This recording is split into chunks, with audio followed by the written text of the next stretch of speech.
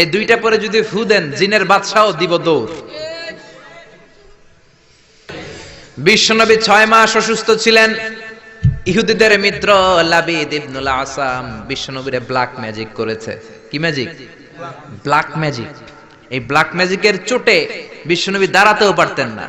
একটা একটা আয়াত সাইয়েদনা জিব্রাইল নাজিল করেন, একটা একটা গিরা খুলতে থাকেন আর বিশ্বনবীকে সুস্থ করে দিতে থাকেন কে? আল্লাহ।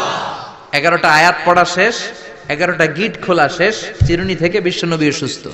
এত সুস্থতার মধ্যে বিশ্বনবী তাবিজ ঝুলাই নাই। আর আমরা কিছু হইলে তাবিজ আছে না নাই? বিশ্বনবী বললেন জায়েজ হয়েছে মানে কোরআনের দাম বাড়ায় আসছো মিয়া, ছাগলের গোশত কিছু থাকলে আমার ঘরেও দিও। আল্লাহু আকবার।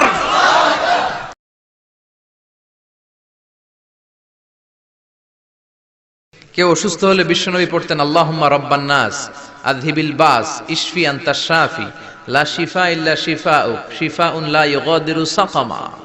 আবার পড়তেন আসআলুল্লাহাল আযীম রাব্বাল আরশিল আযীম আইয়াশফিয়া। এজন্য অসুস্থ হলে এই দোয়াগুলো করে দিবেন। ঝাড়ফুঁক করবেন। ঝাড়ফুঁক ইসলামে আছে, তাবিজ তোমার ইসলামে নাই। এগুলোর ব্যাপারে বলবো আজকে আমরা। অনেকে তাবিজ লাগে অনেকগুলো, এদিকে 5টা, গলায় 5টা, হাতে 5টা। তারপর আমাদের কাছে নিয়ে আসে, হুজুর একটু দোয়া করেন ছেলের জন্য। কি হয়েছে? কে হুজুর কথা শোনে না, অসুস্থ থাকে প্রায়। তো যেই তাবিজ লাগাইছেন এগুলার ভারে ওজন এমনিই তো অসুস্থ থাকবে পোলা, ঠিক কিনা? তাবিজ ছিঁড়ে ফেলবেন। বেশিরভাগ তাবিজগুলোর মধ্যে দেখবেন ওই যে মোমবাতি দিয়ে আটকায় দেয় না, খোঁচায় খোঁচায় খুলবেন, খুইলা দেখবেন ভিতরে কি লেখছে জানেন? জাফরানের কালি দিয়া 7, 8, 9, 3, 4, 5। কয় হুজুর এগুলো কোরআনের আয়াতের সংক্ষেপে লেখছে। তোরে সংক্ষেপে লেখার পারমিশন দিয়েছে কে? কে দিয়েছে পারমিশন? 786 নাকি বিসমিল্লাহ হয়। 1 কোটি বার 786 লেখলেও একটা বিসমিল্লাহ সমান হবে? বিসমিল্লাহরে সংক্ষেপ করলেও 786। আবার হরে কৃষ্ণ হরে রাম এটারে সংক্ষেপ করলেও 786। চিল্লা এখন ঠিক কি না? এজন্য তাবিজ তোমার নয়, রুকিয়া করবেন। ঝাড়ফুঁক করা সুন্নাত। ঝাড়ফুঁক করা কি সুন্নাত। সূরা ফালাক, সূরা নাস এই দুইটা পরে যদি ফু দেন জিনের বাদশাও দিব দৌড়। ছোট্ট বাচ্চারা যদি জিনে ধরে, পরিতে ধরে, আয়াতুল কুরসি পরে ফু দেন, জিনের 12টা বাজায় দিবে কে? আল্লাহ। এগুলো পড়তে চায় না। বিশ্বনবী হাসান আর হুসাইনকে এই দোয়াগুলো পড়ে ফু দিতেন। হাসান হুসাইনকে তাবিজ পড়ায় নাই কখনো। বিশ্বনবী একটা স্পেশাল দোয়া পড়তেন, বুখারীর বর্ণনা, আউযু বিকালিমাতিল্লাহি তাম্মা মিন কুল্লি শাইতানিন ওয়া হাম্মা ওয়া মিন কুল্লি আইনিন লাম্মা। এই যে যারা মোবাইলে রেকর্ড করছেন, রেকর্ড হয়ে গেছে না? আমি যে বললাম বাসা যে মুখস্থ করবা, মায়ের শিখাবা, ছোট্ট বাচ্চারে শিখাবা। এগুলো পড়ে ফু দিলে কোনো জিন পুরি সামনে আসতেই পারবে না। এগুলো নাই মুসলমানের, তাবিজ লাগে। কি লাগে? বিশ্বনবী 6 মাস অসুস্থ ছিলেন। ইহুদিদের মিত্র লাবিদ ইবনুল আসাম বিশ্বনবীরে ব্ল্যাক ম্যাজিক করেছে। কি ম্যাজিক? Black magic. এই ব্ল্যাক ম্যাজিকের চোটে বিশ্বনবী দাঁড়াতেও পারতেন না। মাথার ব্যথায় বেহুশ হয়ে যেতেন। বিবিদের সাথে ফিজিক্যালি মিট করতে পারতেন না, সেক্সুয়াল এন্টারটেইনমেন্ট করতে পারতেন না, ইন্টারকোর্স করতে পারতেন না। এত দুর্বল ছিলেন বিশ্বনবী। বিবিদের ঘরে যাইতেন কিন্তু মেলামেশা করতে পারতেন না, এত দুর্বল। যেই নবীর এক হাতের মধ্যে জান্নাতি 40 জনের শক্তি দিয়েছে কে? আল্লাহ। ওই নবী ব্ল্যাক ম্যাজিকের পাওয়ারে দুর্বল হয়ে যায়। তারপরেও বিশ্বনবী একদিনও তাবিজ পড়েন নাই। পড়ছে? বিশ্বনবী 4 মাস, কোন বর্ণনায় 6 মাস লাবিদ ইবনুল আসাম ইহুদি মিত্র এই বেয়াদবটার ব্ল্যাক ম্যাজিকের কারণে অসুস্থ ছিলেন। 6 মাস পরে সাইয়েদনা জিব্রাইল আসলেন, বললেন ও নবী 2টা সূরা আল্লাহ নাজিল করেছে, একটার নাম ফালাক আর একটার নাম নাস। দুইটার একসাথে বলে মুআউযিজাতান। এই মুআউযিজ তাবিজ, এখান থেকে তাবিজ আসছে। তাবিজ যদি করতে হয় সূরা ফালাক নাস দিয়ে পড়বেন, ঠিক কি না? ও নবী চলেন আপনারে কোথায় ব্ল্যাক ম্যাজিক করিয়েছে দেখাই। সাইয়েদনা আবু বকর সাইয়েদনা ওমরকে নিয়ে, বিশ্বনবীকে নিয়ে জিব্রাইল চলে গেলেন একটা কুয়ার কাছে। কুয়ার নিচে দেখলেন একটা চিরুনি, চিরুনির মধ্যে বিশ্বনবীর 11টা চুল দিয়ে গিট দেওয়া। সূরা ফালাক আর সূরা নাসে আয়াতও আছে 11টা। নাজিল হলো কুল আউযু বিরাব্বিল ফালাক মিন শাররি মা খালাক। একটা একটা আয়াত সাইয়েদনা জিব্রাইল নাজিল করেন, একটা একটা গিরা খুলতে থাকেন আর বিশ্বনবীকে সুস্থ করে দিতে থাকেন কে? আল্লাহ। 11টা আয়াত পড়া শেষ, 11টা গিট খোলা শেষ, চিরুনি থেকে বিশ্বনবী সুস্থ।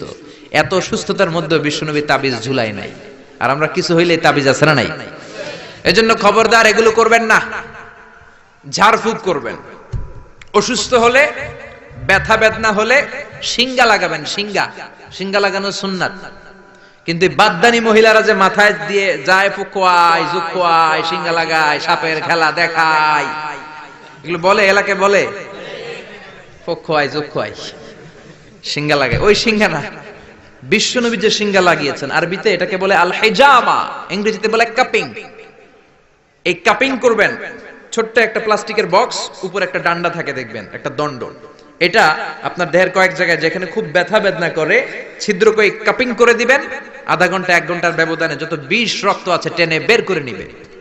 মডার্ন মেডিকেল সায়েন্স অ্যাপ্রুভ করেছে, যেটা ল্যাবরেটরিক্যালি প্রুভড, কাপিং মানুষের দেহের জন্য অনেক স্বাস্থ্যকর। চিল্লা এখন সুবহানাল্লাহ।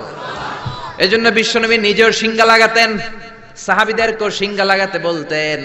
আমাদের সমাজে এখন আমরা সিঙ্গা লাগাই না, ঝাড়ফুঁক করি না, খালি তাবিজের পিছনে দৌড়াই। আজকে থেকে ঝাড়ফুঁক শুরু করবেন। কেউ যদি অসুস্থ হয় সূরা ফাতিহা পড়ে ফু দিবেন। সুস্থ করবে কে? আল্লাহ। বিশ্বনবীর হাতে একবার বল্লা পোকা কামড় দিল, ব্যথার চোটে নবী কাতরায়। মা আয়েশারে বললেন, আয়েশা লবণের পানি গরম দাও, হাতের মধ্যে ঢালো। বিশ্বনবী সূরা ফাতিহা পড়তে লাগলেন আর ফু দিতে লাগলেন। মা আয়েশা লবণের পানি ঢালতে লাগলেন। মা আয়েশার লবণের পানি ঢালাও শেষ, বিশ্বনবীর সূরা ফাতিহা পড়াও শেষ, আঙ্গুলের ব্যথাও। মা আয়েশা বললেন, নবী আপনি সূরা ফাতিহা পড়ে ফু দিলেই তো ভালো হয়ে যায়, আমারে কষ্ট দিলেন কেন? আমার লবণের পানি গরম করতে বললেন কেন? বিশ্বনবী বললেন, আয়েশা লবণের পানির মধ্যে সোডিয়াম ক্লোরাইড আছে। It's a very natural pain killer, natural vaccine. লবণের ভিতরে কি থাকে? সোডিয়াম ক্লোরাইড থাকে। এটা আপনার পেইন কিলারের কাজ করবে। ব্যথার মধ্যে লবণ সিদ্ধ দিয়ে পানি ঢালেন, সুস্থ করে দিবে কে? আয়েশা, এই পানি দিয়ে চিকিৎসা হয় আর সূরা ফাতিহা পড়ে ঝাড়ফুঁক হয়। চিকিৎসার ঝাড়ফুঁক দুইটার সমন্বয়ে রোগ ভালো করে কে?